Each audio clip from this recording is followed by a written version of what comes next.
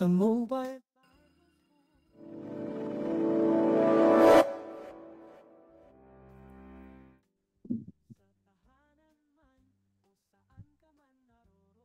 Dito na po tayo sa second lesson about celestial alien influence. Dito po matatalakay natin ang mga ka-alienan. Part po ito ng 21st century Christian ethics, a biblical response to 21st century moral dilemma.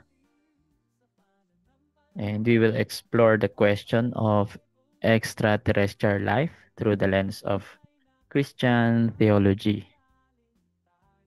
At pag sinabi nating alien, ano unang naiisip natin?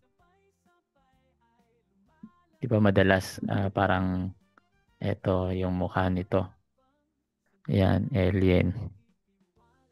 Yung isang nilalang na may malaking mata na itim. Na walang, ano yun, yung walang puti yung mata. Or mga UFO, tulad nito. So sa Bible, mag-umpisa tayo sa examining extraterrestrial life from biblical view.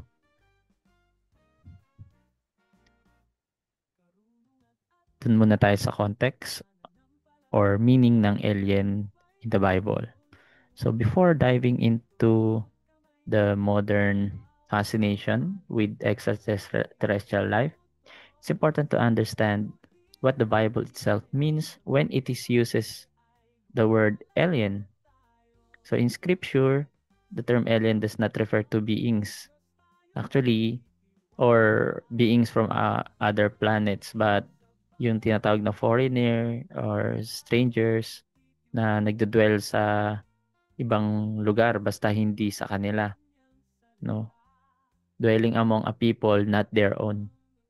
So the concept carries deep theological implications, shaping how Israel viewed itself and others, and how Christians today understand identity, belonging, and divine hospitality.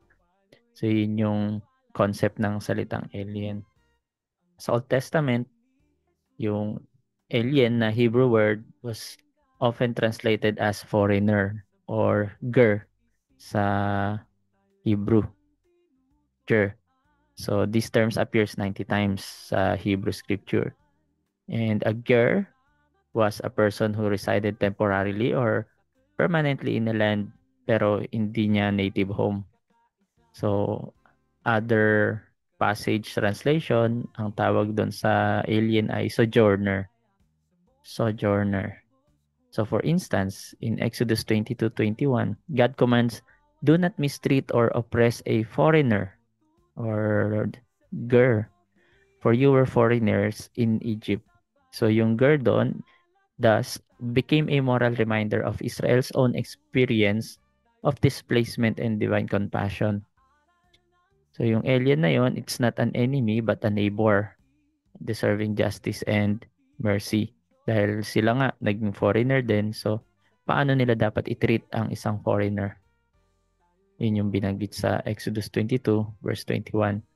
So in other passages, yung translator or ger, ang tawag dun ay stranger, maliban sa sojourner, or foreigner.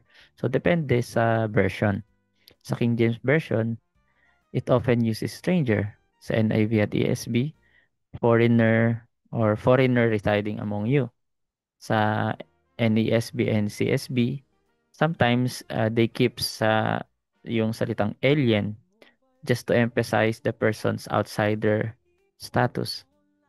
So theologically, the Ger reminds Israel that identity before God was not about ethnicity or territory, but a covenantal faithfulness. In Leviticus 19:37, it declares the foreigner residing among you must be treated as your native born. Love them as yourself, for you were foreigners in Egypt. So in the New Testament, ang Greek equivalent naman ay xenos or paroikos. It means literally stranger or guest.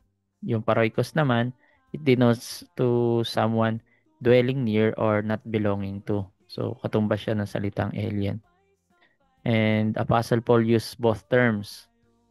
And it describes believers' relationship to the world. Sabi niya, you are no longer strangers or Sinoi and foreigners or Paroykoi. Pero sa ibang salin dyan ay alien. To continue the verse, but fellow citizen with the saints and members of the household of God. So here, alien becomes a metaphor for spiritual estrangement. Diba? Sinasabi natin, alien tayo dito sa mundo dahil hindi ito ang tunay nating kalalagyan. So being outside God's family until reconciled through Christ. Thus, biblically, the term alien never refers to interplanetary being but to the condition of being not at home.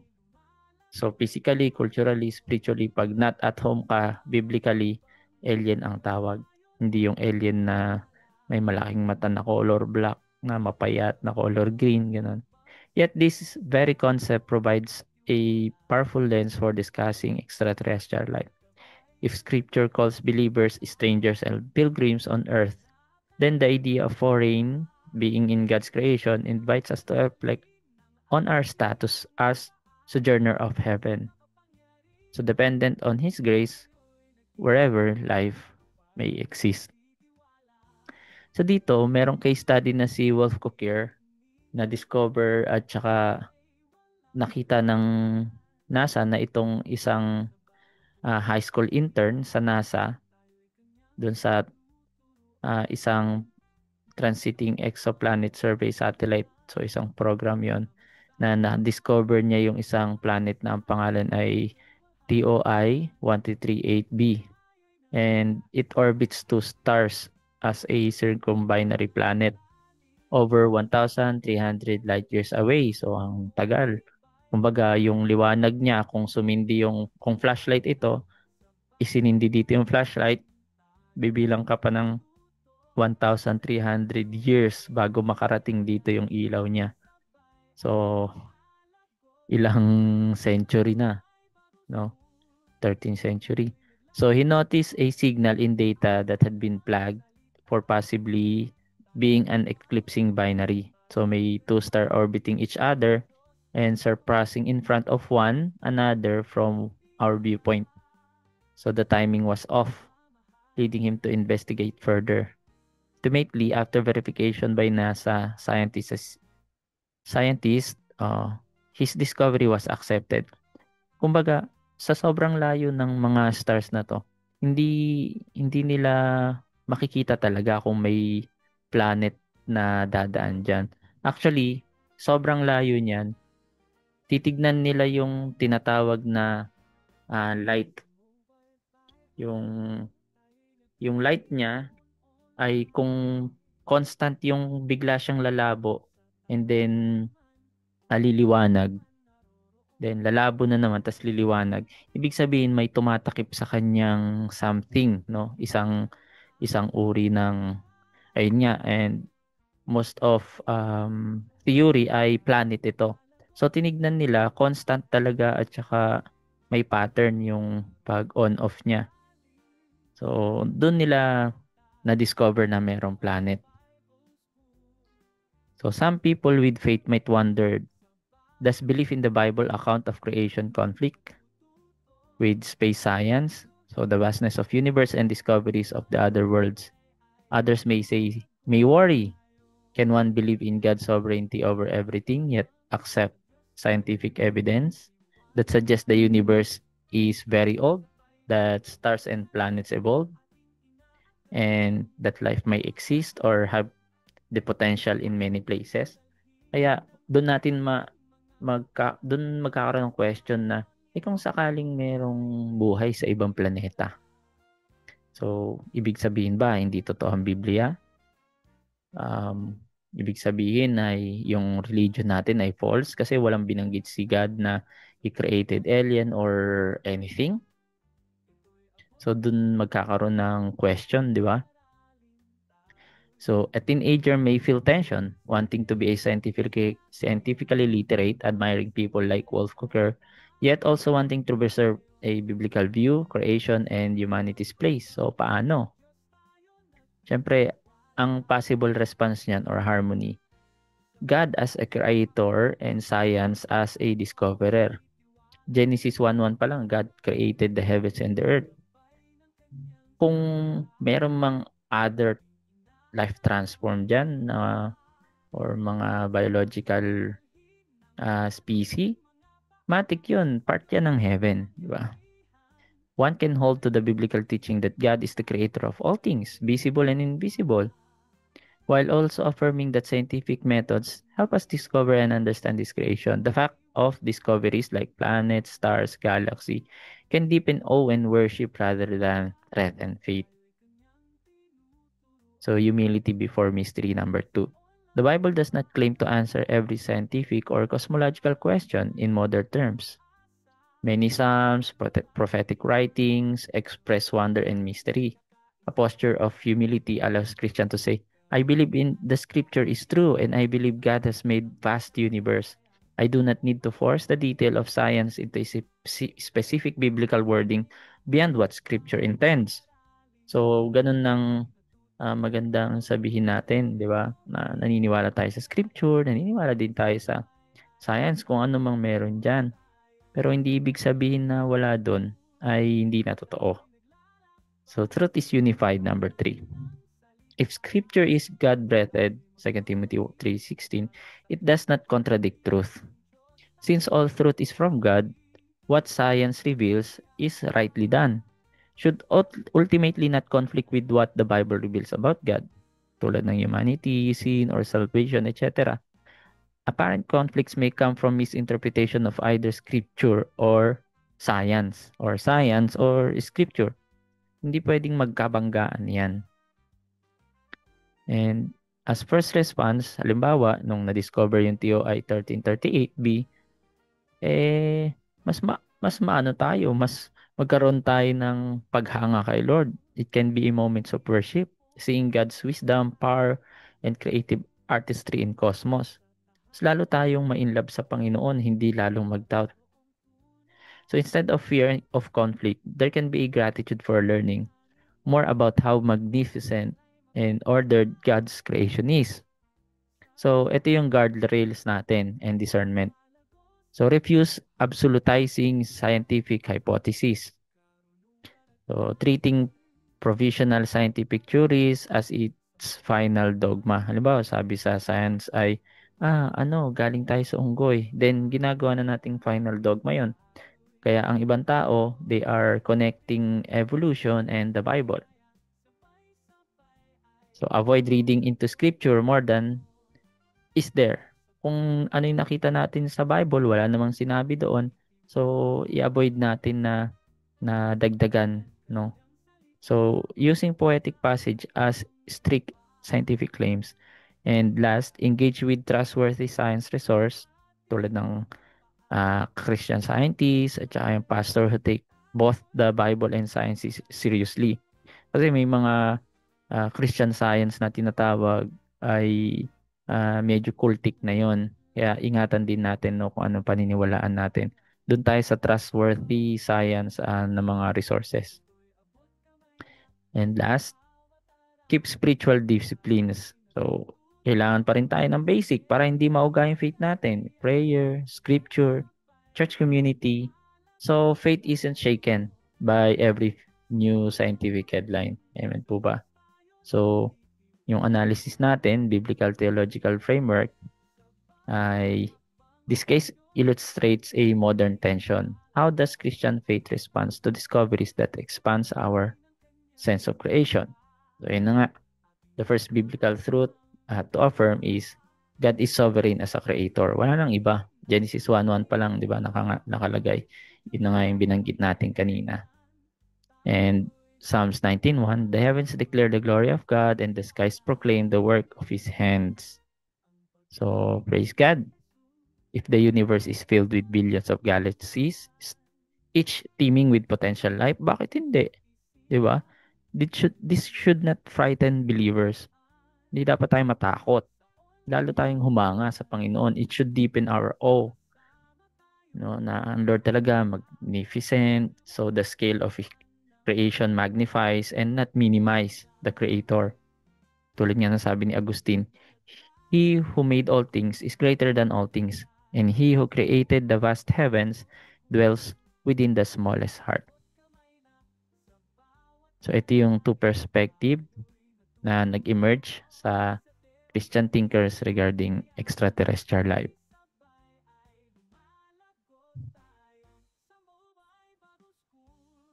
So, ang unang view ay exclusivist view.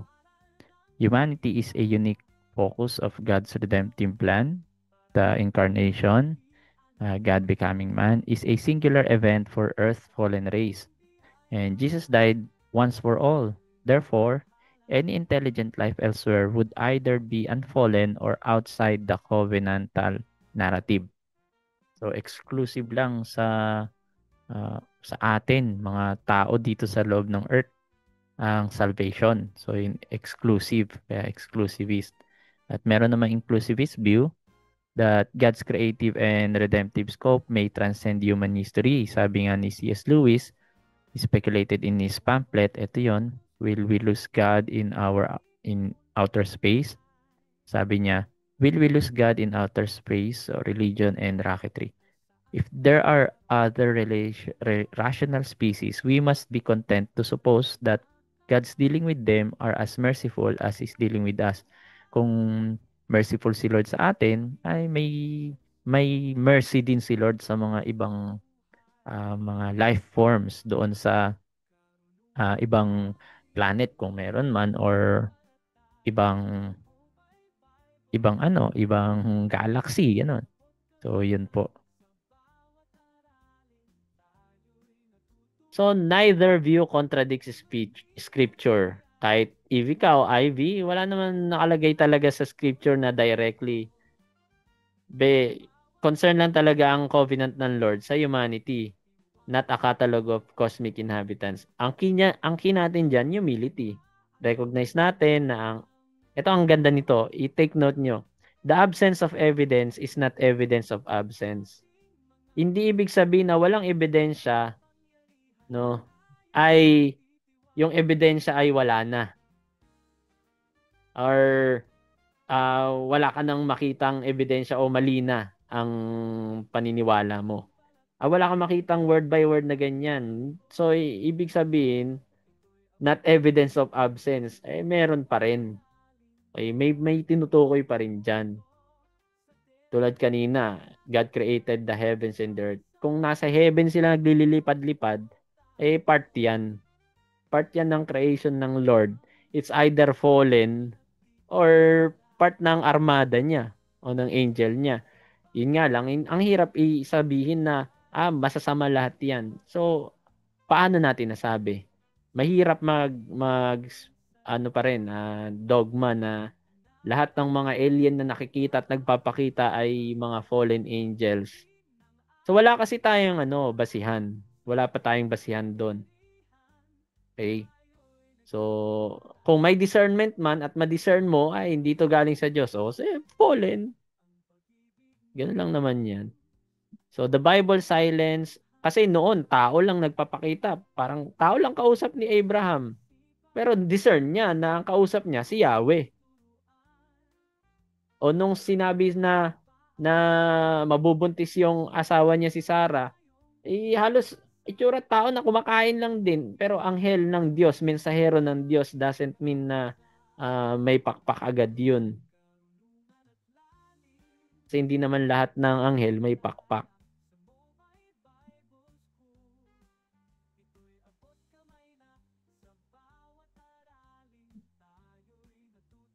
So from a worldview perspective, yan.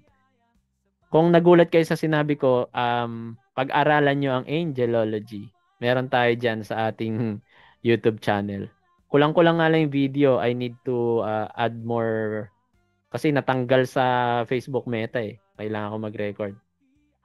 So from a worldview perspective, faith and science are not enemies but allies in truth-seeking. While science explores how creation works, theology reveals why it exists. As the Christian apologist, sabi nga ni Francis Schaeffer, the Christian does not start from himself but from God who is there. Amen? So the believer approach cosmic discoveries not as threat. Hindi threat yung mga yan, mga nariyan.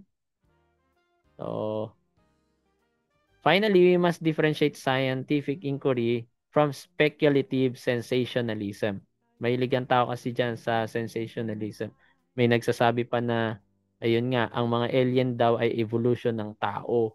Mga tao din pala yun, pero sa future. Nag-travel sila mula sa, parang tayo, mga unggoy pa tayo noon, tapos naging tao, ang dulo natin, alien na. Kasi nag-adapt daw yung katawan na ganun na lang ang itsura kasi nagta-travel na tayo sa ibang lugar and sinubukan daw nung ibang mga tao noon na alien ang, ang itsura na maglakbay sa past kaya nandito sila sa past at sabi nila sila daw yung future natin at tinitignan nila kung saan daw tayo nagkamali. At isang pinakamatinding pagkakamali ay nuclear war. Kaya naging ganun yung mga balat nila, mga katawan nila, pati mata nila. So, yun, sabi nila. Speculative sensationalism. So, true science is a disciplined pursuit of knowledge about God's word. Kung yun ang totoo, ay hindi na dumating si Lord. Yun ang problema. So, hindi na talaga totoo si Lord. Kung paniniwalaan natin yung sabi niya yun. So sensational claims about UFO or alien conspiracies, however, often exploit fear. Takot ang inaano niyan. And imagination rather than evidence. Sabi nga ni Pastor Rudy dito, hallucination. Pero hindi lahat ng evidence hallucination. Talagang may evidence, no? Meron talagang evidence. They are existing nowadays and maraming lumilitaw maliban sa mga alien. Alam dapat din natin ma-discern kung ay AI, kung ang pinapanood natin ay AI generated o hindi na. So it's hard. Pero meron talaga akong mga na-encounter noon ng mga video na classified talaga sila na true and hindi mo pwedeng sabihin na hindi totoo. So Christians are called to discern, Dokimadzo. Meaning to test or examine. Test natin, tignan natin talaga kung ano, i-weigh mo mabuti. Against ba yan sa scripture? Logical ba yan? Credible ba tong research na to? So the modern challenge is not to prove or disprove alien, but to maintain biblical worldview in the universe of wonder. Okay? So wala tayo doon sa ano niya ng to prove or disprove. So the more we discover about the cosmos, the more we glimpse the majesty of God's design. Whether life exists beyond Earth or not, Christ's Lordship still remains supreme. Sabi nga sa Bible, by Him all things were created, and in Him all things hold together. Colossians 1:16 to 17. So how would you explain to a young believer that scientific discovery does not threaten the biblical truth? O kayo naman, may nabalitaan siya. Pastor, totoo po pa na meron palang mga life form sa ibang tulad ng anak ko, nagsasabing ganyan kasi tinuturo nila sa science. Meron na po palang mga life form. So, parang nagkakaroon tuloy siya ng ano. So, paano natin sasagutin? Ang dami ko nang sinabi, kayo naman. Try niyong ulitin yung sinabi ko. So, halimbawa, yun yung given na situation. May nagtatanong sa inyo, Pastor, may life form daw. Meron talagang evidence. Pumunta sila doon, dinala dito. Actually, meron nga may papakita ko sa inyo na video mamaya. So, life form or isang bato bumagsak dito tas naging life form siya. Yun yung mga usap-usapan ngayon na galing sa ibang lugar. So, meron din daw na comet or asteroid o kung saan man na extraterrestrial na hindi sa Earth galing tas meron daw DNA ng tao yung loob. So hangga't hindi naman talaga ito kung hindi reliable yung source, wag tayong maniwala. Okay, pero may sinasabi silang ganun. So yan, bigyan ko kayo ng 2 minutes. Sinong gustong sumagot? Conversational. Ako yung young people. Pastor, meron pong life form daw sa ibang natagpuan na po dito sa Earth dinala. Tama po yung sabi, talagang pinakita sa microscope buong mundo na panood. Okay. Magtatawag po ba ako o may gustong sumagot?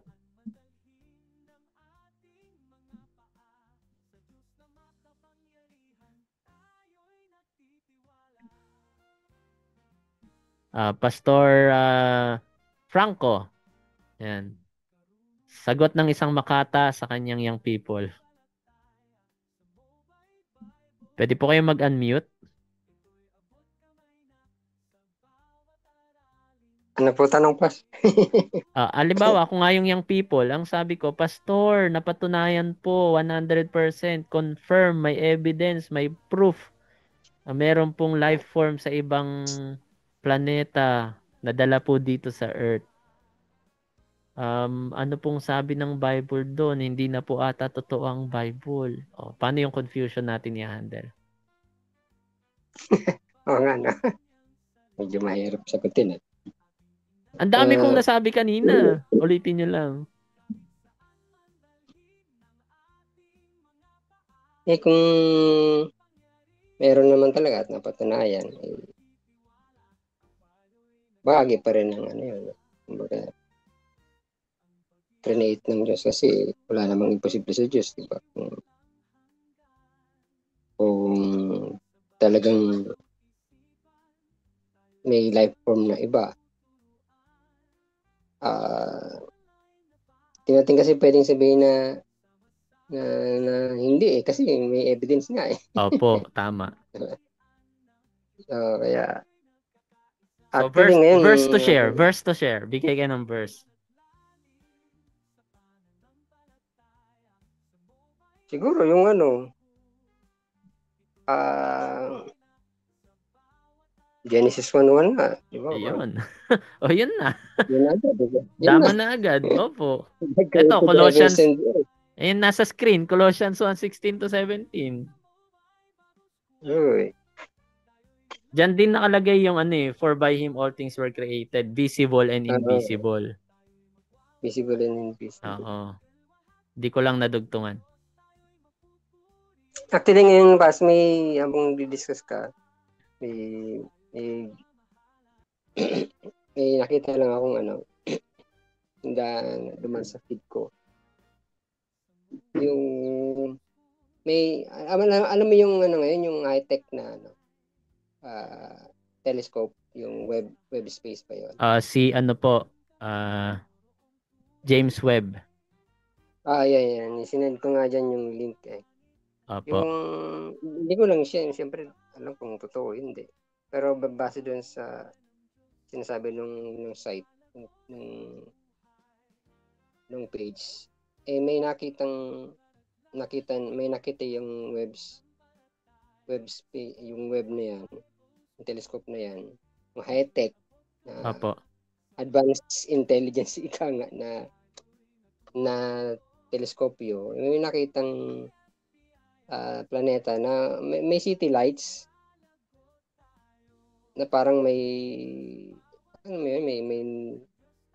ano may kumbaga may mga nilalang na Opo. nabubuhay. May city lights eh. Opo. Nakakamangha rin eh kung totoo man eh, no? Kung Opo. totoo man na may ganun, yun na nga, yun din yung katulad ng sinasabi niyo, Pastor. Mm-mm. Hindi Ano natin po, po pwedeng ang i-discount. comment natin doon, kung ganun siya kalayo, how firm na city light siya at hindi volcano? Yun yung question doon, di ba? Yun nga Kasi, yung tanong ko din kanina eh. mm Pwedeng how, volcano rin kasi oo, na pwedeng volcanic madami. eruption. Halimbawa, mataas. O, Oo. pwedeng mataas na magma. Ganun na. So, hindi Yung naman ibig ganun. sabihin na yun yung nakita nila. Ah, Yun syempre agad, tayo may karapatan din mag-question, di ba? So, yung benefit of the doubt. and if ever man na ganun, o di praise the Lord, di may mawe-welcome Oo. tayo. Sabi nga, yung nakita nga akong comment dun eh. Yung comment niya, ano eh, baka yun na yung New Jerusalem. Pwede rin. Bababa dito. Di ba? Nihahanda ni Lord pero doon niya kinraft. Kasi Pwede, no? syempre, kung literal yung New Jerusalem, God crafted that kind of city. Alalahanin natin, Oo. sabi ni Jesus Christ, I will go to prepare a place for you. Pero hindi ibig sabihin naman na isang salita lang yun, pwede yung makreate. Hindi naman na may yung ibang sinasabi hanggang ngayon, ang ginagawa daw ni Jesus Christ, nag-create daw ng place sa atin. Hindi isang salita lang yun, kaya niya nang makreate yun. Ano lang yun. Simula nung umakit sa langit hanggang ngayon, construction worker pa rin siya doon ng ano. So, ang ministry ni Jesus Christ talaga ngayon, mediator. Yan ang trabaho niya.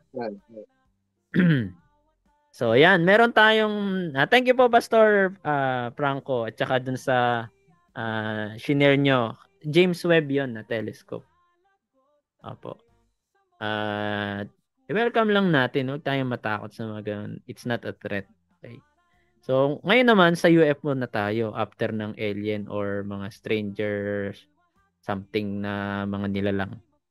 So, throughout history, humanity has looked to the skies in awe, wonder, and sometimes fear. Bakit may kasamang fear? So, what once was interpreted as divine activity, thunder, fire, celestial sign, has often reimagined in the modern world as extraterrestrial phenomena. Alam niyo yun, nakakita na ba kayo ng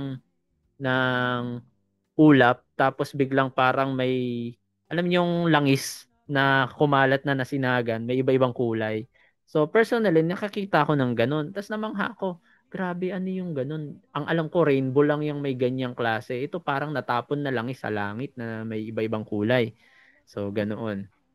Then, may tawag sila doon. It's either takot or nga, or mamangha ka.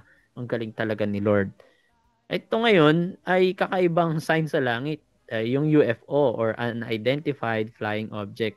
Noong 20th century na coin or na invento, and has since evolved into a powerful cultural symbol representing both scientific curiosity and spiritual confusion. So in biblical times, encounters with heavenly manifestations such as yung tinatawag nilang pillar of cloud and fire, or ang sabi kasi nila, ano daw yan ni alam niyo yung ray ng yung laser na galing daw yan sa UFO. Yun yung mga sinasabi ng mga ng iba. Or Ezekiel vision, yung will within will in Ezekiel 15 verse 21. Ito yung isa sa pinakasikat na ano diyan. Sa mga pastors diyan or sa inyo pong cellphone, try nyo i-type Ezekiel chapter 1 verse 15. At mag-explore po tayo diyan. These were understood as theophanies, a visible expression of divine presence. However, in secularized modern age, similar imagery is often reinterpreted through the lens of ancient astronaut theory. Meron kasi tayong tinatawag na AAT or ancient astronaut theory and ancient aliens na tinatawag, which suggests that extraterrestrials and not si Lord, not God, were behind the supernatural event described in sacred text. Kaya itong mga naniniwala na ito, meron ding tinatawag na Raelian, na i-quote ko na din ata ito noon sa Genesis 1-11 or somewhere sa angelology. Itong mga Raelian na ito, pag sinabi mong Elohim, ay plural siya na it doesn't mean na si God the Father, Son, and Holy Spirit. But extraterrestrial being sila na ang tawag sa kanila ay Elohim. Or Bene Elohim, mga sons of God. Pero dalawang klase, may masama, may mabuti. So, they were behind the supernatural event. May mga nagsasabing ganun, no? So, yung Hebrew and Greek word for heaven or shamayim, tas Oranos kapag Greek, Oranos, it means both physical sky and spiritual dwelling of God. So, dalawa yan na pag sinabi mong heaven, visible and invisible. So, scripture does not differentiate between the two as modern science does. So, thus, what ancient people called heavenly was not extraterrestrial but divine. So, the Bible presents the heaven as not inhabited by alien civilization but as the realms of God's throne and angelic host. The Lord has established His throne in heaven and His kingdom rules over all. Psalms 103 verse 19. So, ang understanding about this distinction is crucial. Kung heavenly material ba ito o yung spiritual lang talaga. So, when the people interpret ancient actual experience through the lens of UFO speculation, there is reducing the revelation of technology and divinity to machinery. Parang yung Bible medyo extra parang extra reference lang nila ang Bible. Mas naniniwala na sila ngayon sa mga aliens. So the Christian worldview insists that what appears supernatural is not necessarily extraterrestrial. Okay? It may be transcendent, rooted in God's reality, not in outer space. So yun ang Christian worldview. Insist natin na pagka galing kay Lord, hindi extraterrestrial, kundi transcendent. Okay po, transcendence. At meron tayong tinatawag na Chariot of the Gods. Ito ay isang book ni Eric von Daniken. Siya yung nagpasikat nitong tinatawag na Chariots of the God na hanggang ngayon ito yung ginagamit ng mga diehard na ancient alien or ancient astronaut theorists. Na it argues that many ancient civilizations and technological achievement or religious mythologies, sacred texts that can be best explained as receiving influence from extraterrestrial beings or ancient astronauts. Not purely through human development. Tulad nung, yun nga, yung mga Mayan, mga Aztecs, itong Egypt, kahit nga yung sinasabi dito sa paggawa ng temple, may isang napakalaking block doon sa wall. As in yung block na yon or bloke ng bato, ay napaka-imposibleng maipatong doon sa part na yon. As in solid siya. Mas malaki pa sa blocks na ginamit sa Egypt. Mas malaki pa doon sa blocks na nakita dito sa mga Aztecs and Mayans civilization. Kaya mas matindi yung pwedeng maging theory, gumamit ba si Solomon ng mga espiritu or somewhere, mga extraterrestrial being din para malikha ang temple.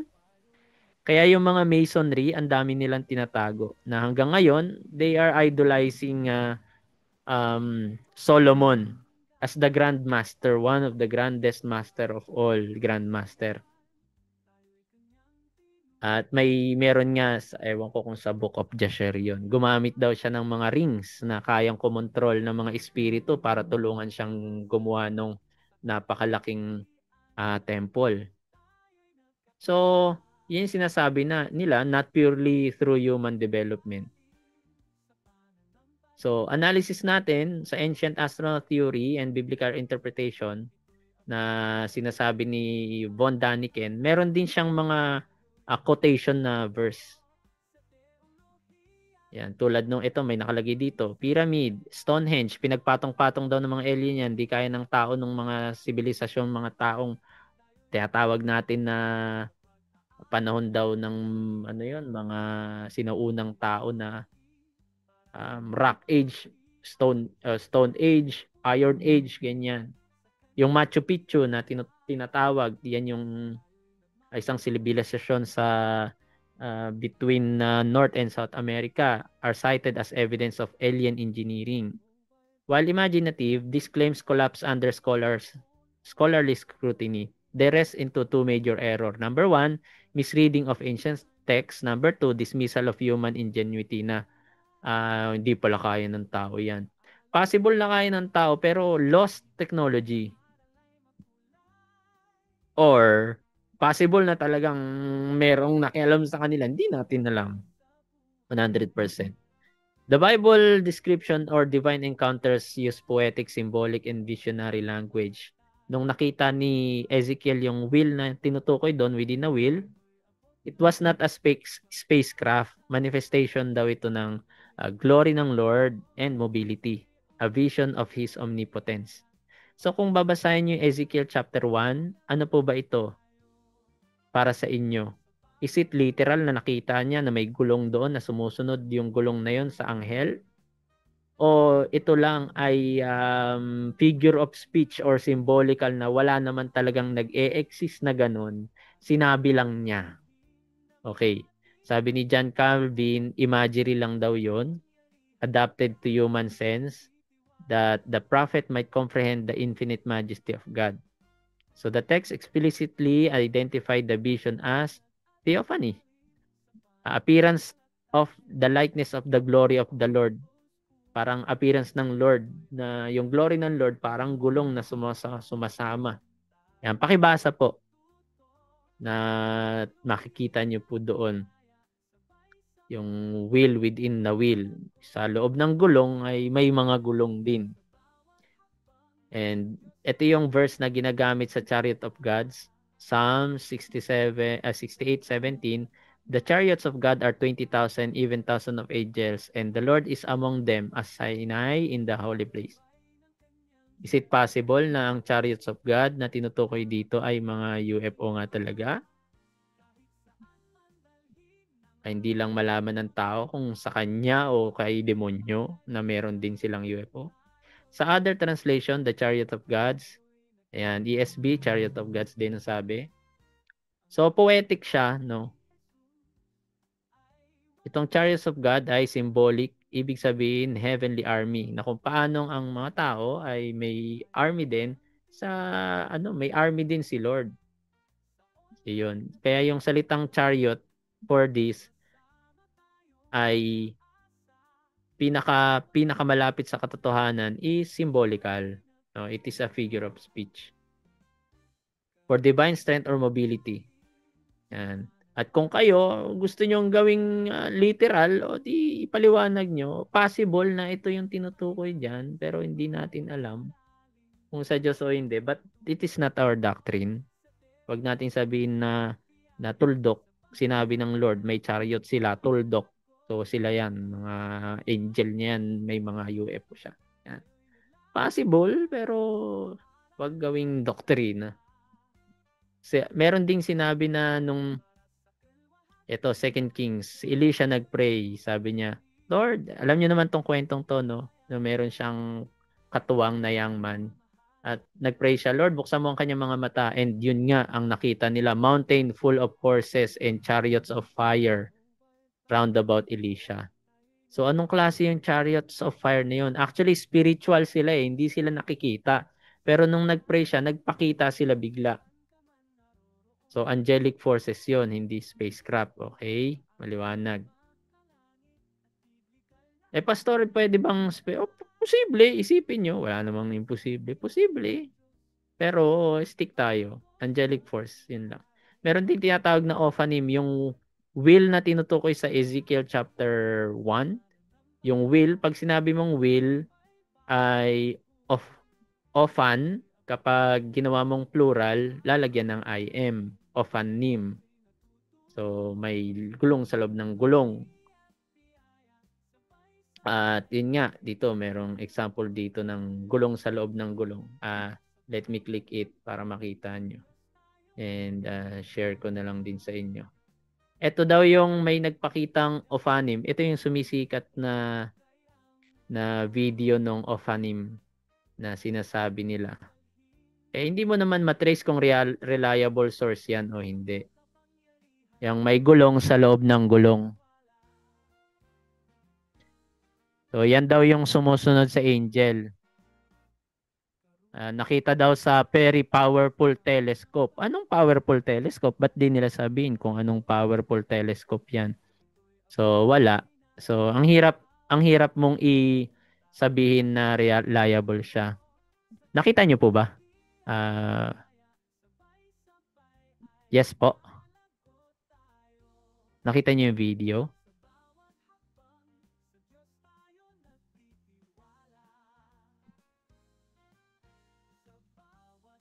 Paki-type ng yes kung nakita yung video na pinlay ko.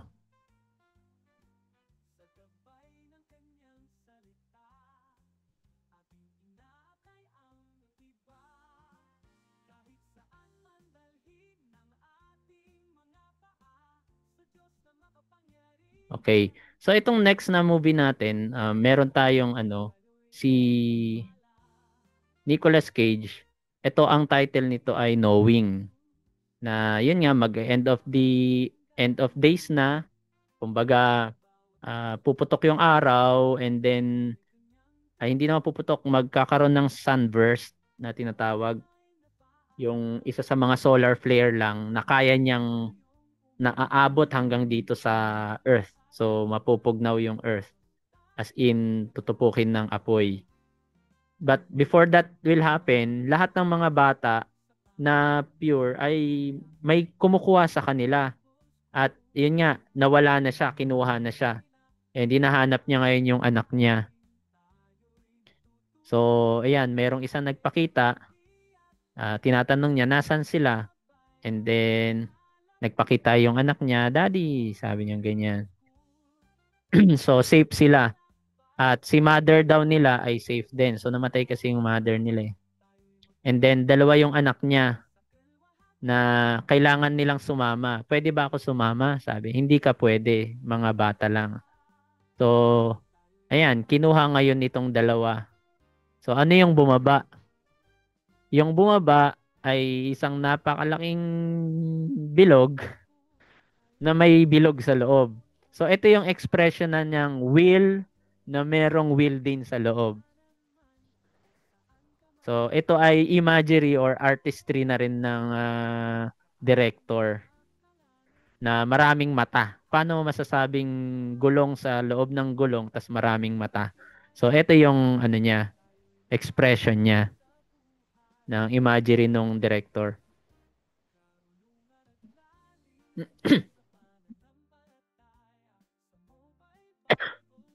So, to make the long story short, UFO pala yan or isa tong extraterrestrial na object which is kukunin yung mga bata, hindi pwede yung matatanda.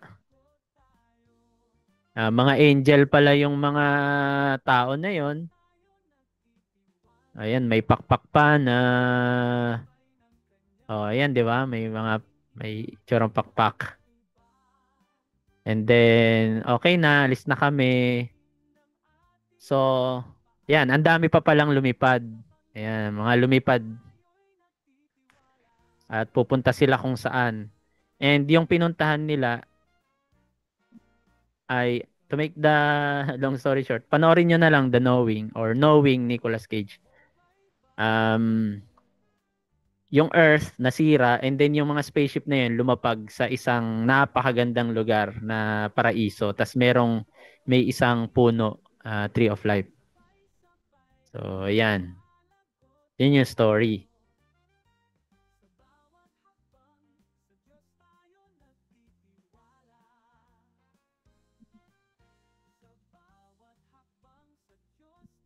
Yan, tapusin na natin. So, kung ito man ay Chariot of Fire, Chariot of God, o ano man ito.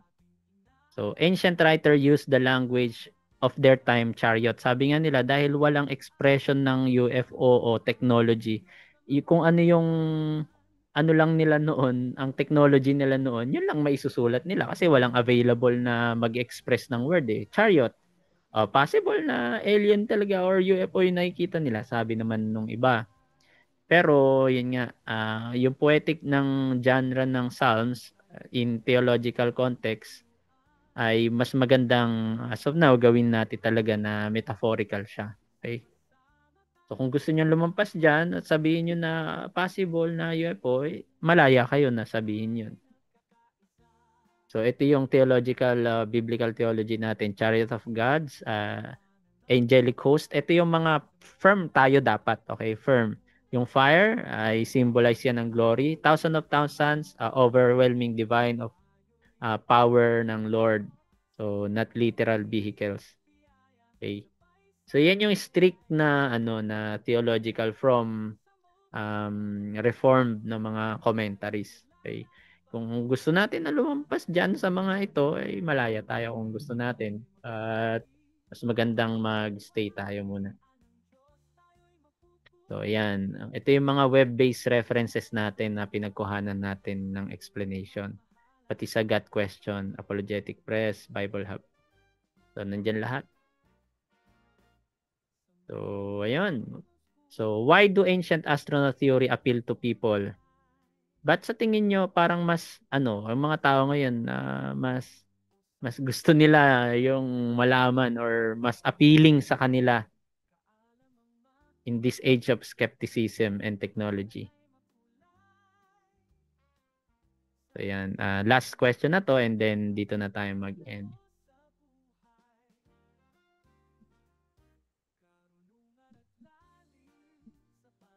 Bakit kaya mas appealing sa kanila yung pag sinabing alien, UFO, lalo na sa panahon ngayon? Pastor Santiago.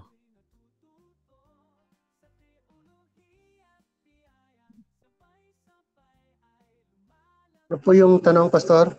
Bakit mas appealing sa mga tao ngayon, lalo na sa mga kabataan, yung patungkol sa aliens, UFO?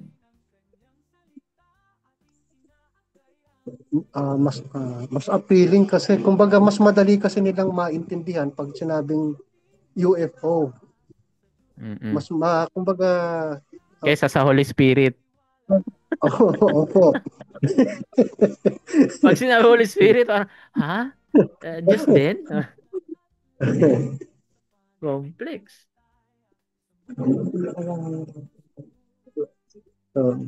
Oo nga naman, nasa daling intindihan. Ang daling express sa cartoons. Ano pa? Daling express, tama. Daling i-drawing. I-drawing mo Holy Spirit, puro dove ang lalabas at saka apoy.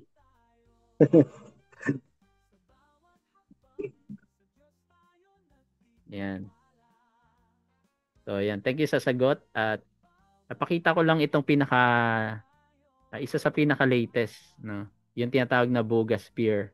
Ito kasi, may nakita kasi ngayon na tinatawag na palutang-lutang ito. May video yan. Palutang-lutang siya. Bigla na lang parang nalobat. Hanggang bumagsak. Ngayon, nakuha nila ngayon. May video din na lumulutang yan hanggang sa bumagsak. Hanggang sa pagkapulot. So, ang daming na-intriga. Naipasa-pasa siya ngayon. Hindi siya kinuha ng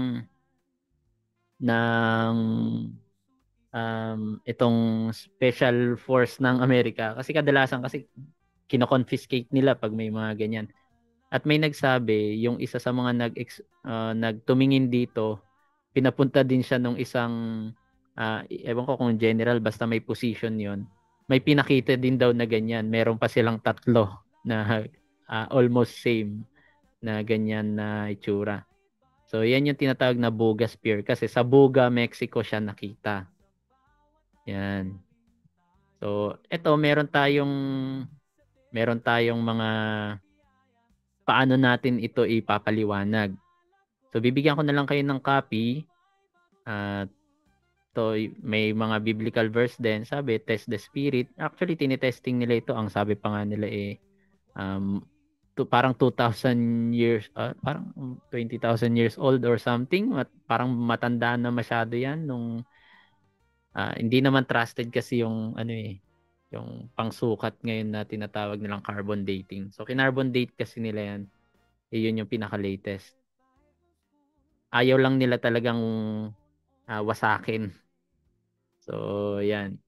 Ayaw nila i-dissect. Bakit hindi na lang i-dissect para makita? Sabi. So, yan. Para meron tayong spiritual protection sa confused world. Siyempre, Ephesians 6:10-18. Nakalagay dyan. Belt of truth, breastplate of righteousness, shield of faith, helmet of salvation, and sword of the spirit. Almost every day, every gising ko, ito yung pinagpe-pray ko. Lord, nawa maisuot ko yung armor mo kasi yun talaga ang magbibigay sa atin ng protection. Yung whole armor of God. So, ayan. Bibigyan ko na lang kayo nitong kopya ko. Hindi ito yung final na copy pero bigay ko na lang ito as student workbook for this for tonight's lesson natin. So, thank you. At kung may last question, may 10 minutes tayo before 10:30 na mag-end sa recording. Pwede po kayong magtanong. At try kong hanapin yung sino sa inyo ang na-encounter na itong Boga Spear. Mag-type ng Boga. Type nyo sa comment section Boga kung na-encounter nyo na ito.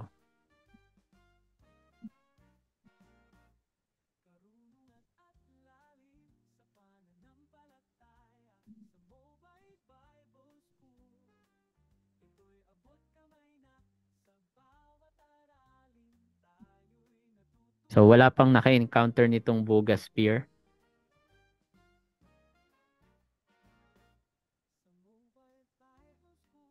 Mag-open tayo ng isang live video na nakuha.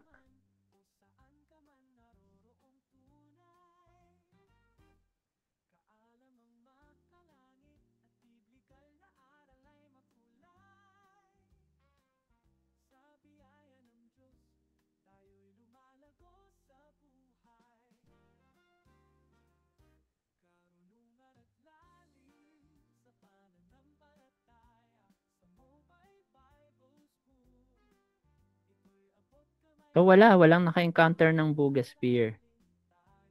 Okay. So i-ano natin. Bigyan ko kayo ng video. Share natin sa inyo.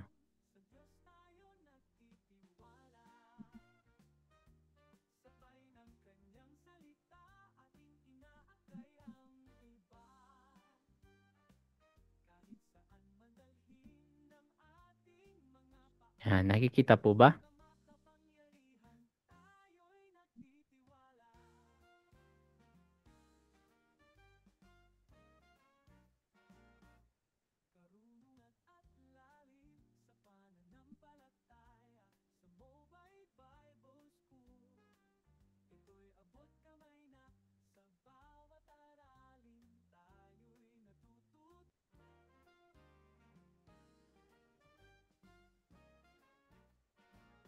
So ngayong year lang po ito. Ito yung tinutukoy ko kanina.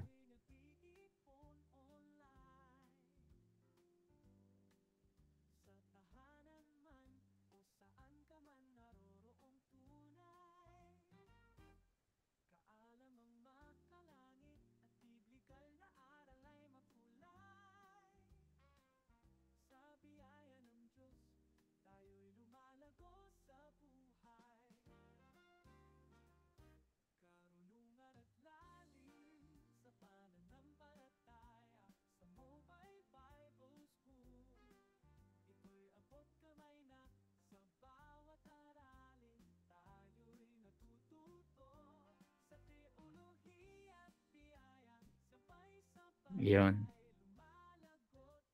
Yan yun. Yung sinasabi kong Buga Sphere. Kaya na lang mag-research. So kung medyo may interest kayo dyan, pwede nyong panoorin. So, ano siya, evident talaga. Mahahawakan mo, makikita mo. Kumalat ito sa buong mundo. Nabalitaan tong Buga Sphere. And maliban dyan, yun nga, meron din tinatawag na crop circle, which is nung estudyante pa lang ako, ay nakita ko na ito. Yung formation niya. Na merong maliliit na bilog, tapos sila yung gumawa ng pattern sa bukid. Kasi meron kasi mostly sa Europe, ay nagfo-form ito eh. Marami pagising nila, nakikita nila yung kanilang wheat field ay meron ng mga formations, mga circles and other geometric patterns. So, one time may nakakita talaga na live na nakuhanan niya yung video ng isa sa mga genuine ito, considered as genuine. Marami nang tumingin talaga sa video na ito na hindi ito edited, as in raw video talaga siya. So, ayan, patignan nyo.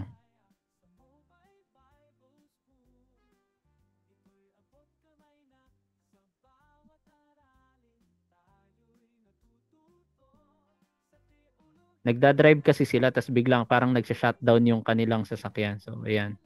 May nag-hovering dito na bilog. Ayan. Yung bilog na yan, it's hovering. So, habang nag-hover siya, ay biglang lumalabas na yung crop circles pattern. Yan. So, hindi siya edited. Hindi siya ano talaga. Raw videotape siya na mula sa Videocam 2009. So marami ito, kumalat itong video na ito, na interview din yung nag-video diyan, and kung may lie detector test, talaga malalaman mo naman kung nagsisinungaling siya or hindi. So yun yung mga na halimbawa may nagtanong sa inyo, paano ipapaliwanag yun? So ito, meron tayong book para dyan. So bigyan natin kayo and we will make this as handout na lang sa inyo.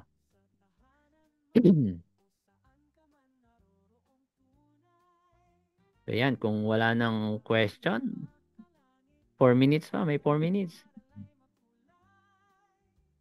Pag favor sa biblical, maraming question. Pag pabor sa unbelief, ganyan kabayas ang media. Oo, totoo. May katawan physical din ng angel. Iba lang ang dimension nila sa atin. Kaya, sabi ni Pastor Rodi, parang gawa-gawa lang. May nag-create talaga po doon. Pero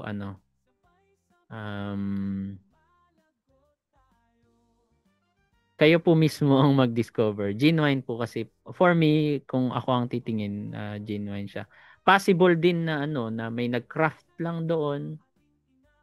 At sinusundan natin, inuuto tayo. Yan. Pero kung yung pang-uuto nila ay ang motive nila ay parang guluhin yung faith natin, lalo tayong titibay sa faith. Yun yung pinaka-purpose ng ating pag-aaral Tutulungan natin mga members sa church, mga young people na kasi sila ang very hooked in dito na lalong patibayin yung faith nila at gagamit tayo ng mga Bible verse, no? Na hangga't maaari, wag tayong masyadong dogmatic. Na possible na ito yun, pero symbolical yan, mas malapit sa symbolical. So yun yung mga pwede nating sabihin sa kanila, that they will be more amazed na ma-connect mo yung mga nangyayari ngayon sa Bible, no, na hindi lalampas talaga sa katotohanan at hindi ka magiging dogmatic, 'di ba po? So yan, try to deep more. Yes po, Brother Jan, kayo po ba 'yon? Ako po, ay, di ba po kung consider na alien, marami pong uri ng alien.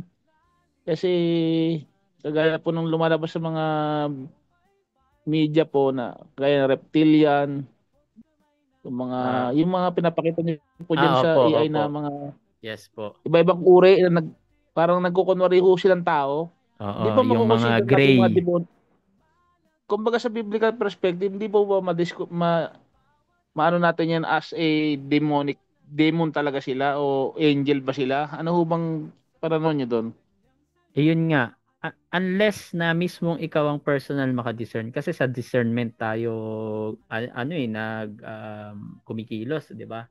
So hindi mo siya talaga ma-finalize.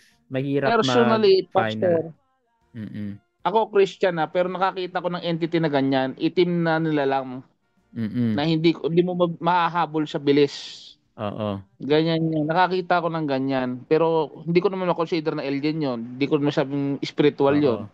Kasi talaga physical yun Physical being yung nakita ko yun Pero matagal na ho yun, Pastor. Year back, wala pang Facebook na wala pang recording device nun. Kumbaga panahon yun nang wala pang makabagong 2007 I think. Naka-encounter ako noon. Pero hindi naman siguro may speculation makakapakinig, parang ano ba to si Pastor, parang may nakikitang dapat hindi ka na makakita kasi Christian ka. Nakita ko nga Oo. May na-encounter nga akong ganun Ayun nga kahit ako may nakita rin na lumilipad sa langit nga na sinabi ko na pa-triangle siya. So talagang wala. Yun nga tulad ng sabi ko noon, mahirap mong i-disprove or i-disqualify yung tinatawag na subjectivity ng isang tao na personal niyang na-experience, whether it was a dream or literal na nakita niya talaga, concrete proof. So hindi pwede talaga yung i-go against.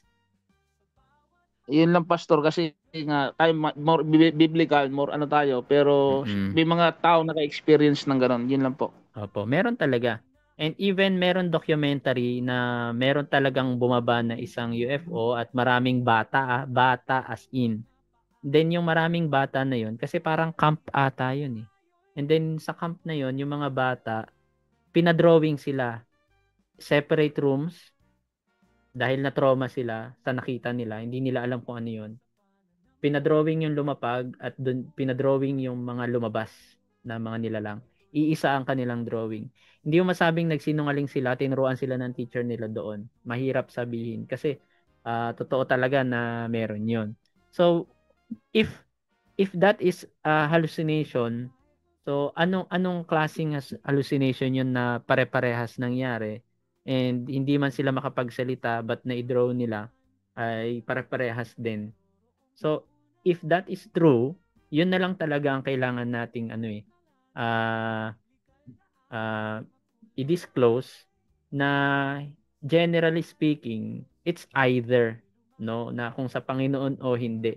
Pero ang firm tayo, generally speaking, lahat ng nag-e-exist dito sa mundo, Genesis 1:1, God created the heavens and the earth. Kasama yung mga yan. Hindi lang natin alam anong purpose nila.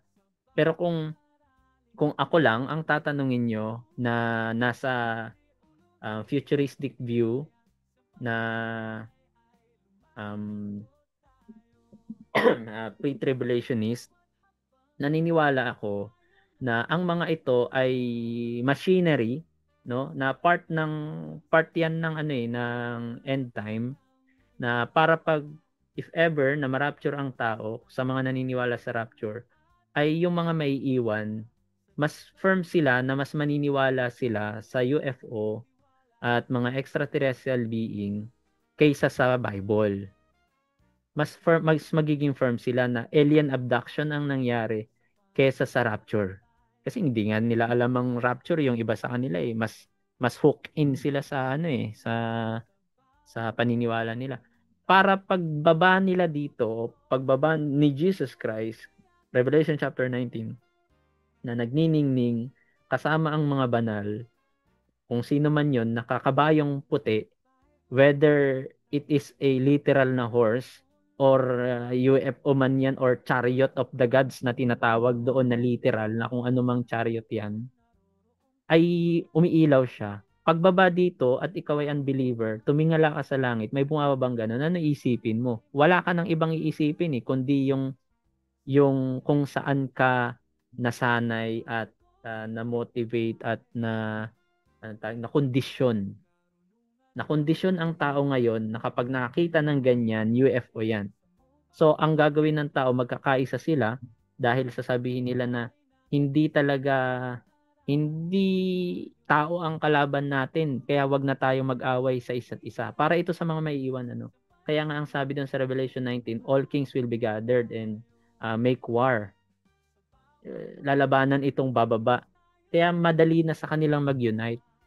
Ang tao ngayon, alam nyo ba, itong AI Atlas na tinatawag, ito ay extra intergalactic talaga na hindi galing sa solar system or ibang na ang bilis-bilis niya. May dumating dito AI Atlas na actually nag-meeting pa ang lahat ng general sa United States bago dumating ito.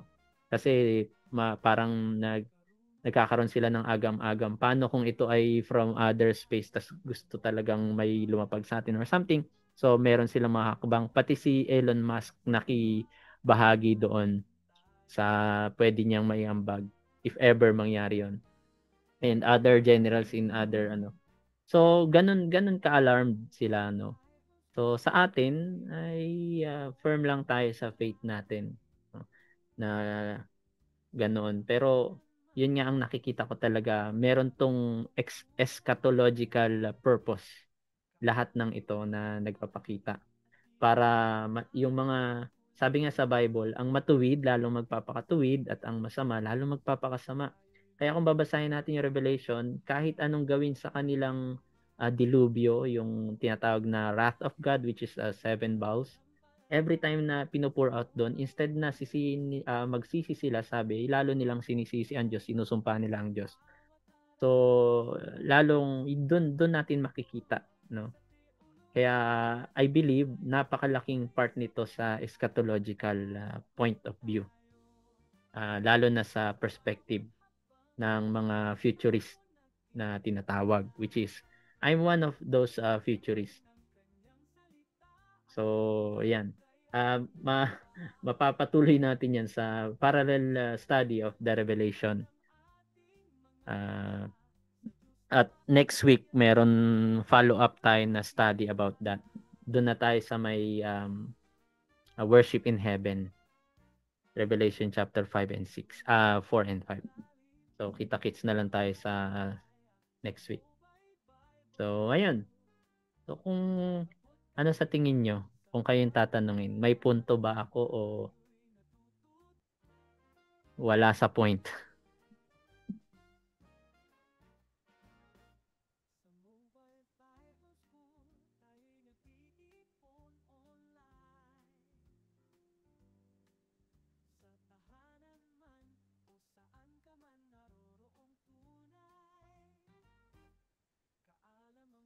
Mm-mm.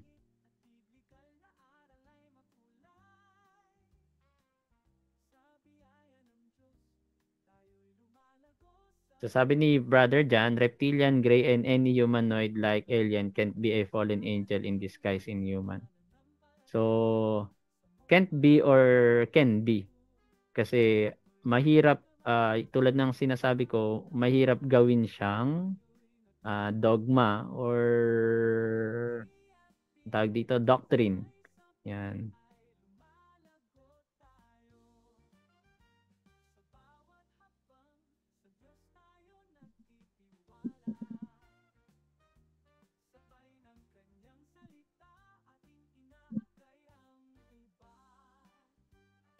Mas maganda kapag may nalalaman tayong ganito, just keep your door open. Yun ang advice ko.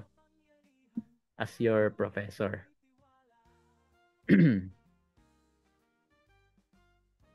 Yan. So, praise God. So, let's close this in a prayer na po. Hinihiling ko na pangunahan tayo ng prayer. Sino bang maaring mag-close ng prayer?